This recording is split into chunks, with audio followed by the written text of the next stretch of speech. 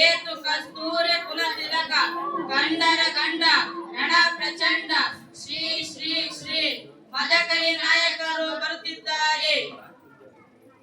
ತಾಯಿ ಶಾಂಭವಿ, ಅಮ್ಮ ಅಭಯಂಕರಿ, ಜಗನ್ಮಾತೆ ಏಕನಾಥೇಶ್ವರಿ, ತಾಯಿ ಉಂಚಾಂಗೆ ಶರಣು, ತಾಯೇ ಶರಣು. ಈ ಮದಕರಿ ಯಾವತ್ತೂ ಯಾರಿಂದ ಏನನ್ನು ಬೇಡಿದವನಲ್ಲ. ಇಂದು ನಿನ್ನ ಅನುಗ್ರಹವನ್ನು ಅರಸಿ ಬಂದಿರುವ ಈ ನಿನ್ನ ಚಿತ್ರದುರ್ಗದ ಕೂಸನ್ನು ಕಾಪಾಡುವ ಭಾರವು ನಿನ್ನದಾಗಿದೆ ತಾಯಿ, ನಿನ್ನದಾಗಿದೆ.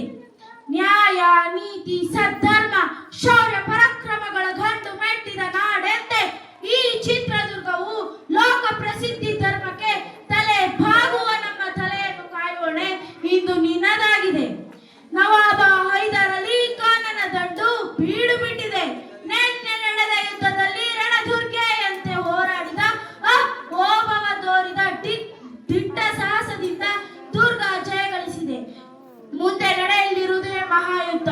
ಧರ್ಮ ಸಂರಕ್ಷಣೆ ಈ ಕಾರ್ಯದಲ್ಲಿ ನವ ದುರ್ಗೆ ಒಳದ ನಿನ್ನ ದಯೆ ನಮ್ಮದಾಗಿರಲಿ. ಹರಸು ತಾಯೇ, ಹರಸು. ಎಡಗಡೆಯ ಪ್ರಸಾದ, ಓ ಎಡಗಡೆಯ ಪ್ರಸಾದ, ಎದುರಿಸುತ್ತಿರುವೆ ನಿನ್ನ ಮಗನನ್ನು.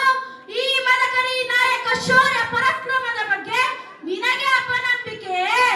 ಆಪತ್ ಸಮಯದಲ್ಲಿ ಹತಾಶೆಗೊಳಿಸುತ್ತಿರುವೆಯೋ ಅಥವಾ ಈ ನಿನ್ನ ಮಗನನ್ನು ಕೆಣಕಿಸಿ ಪರೀಕ್ಷೆ ಕೊಟ್ಟುತ್ತಿರುವೆಯೋ? ಹೇಳು ತಾಯೇ, ಹೇಳು.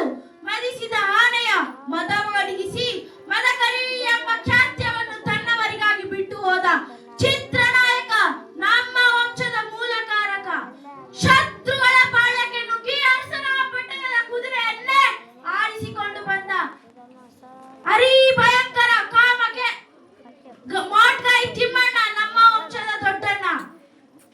ದೇವಪುರ ಕೋಟೆಯಿಂದಿಡಿದು ಹರಪ್ಪನಹಳ್ಳಿಯವರೆಗೆ ಸಾಮ್ರಾಜ್ಯವನ್ನು ವಿಸ್ತರಿಸಿ ಹೋದ ಹೆಬ್ಬುಲ್ಲಿ ಕಸ್ತೂರು ರಂಗಪ್ಪ, ನಮ್ಮ ವಂಶದ ಮಹಾಪುರುಷ.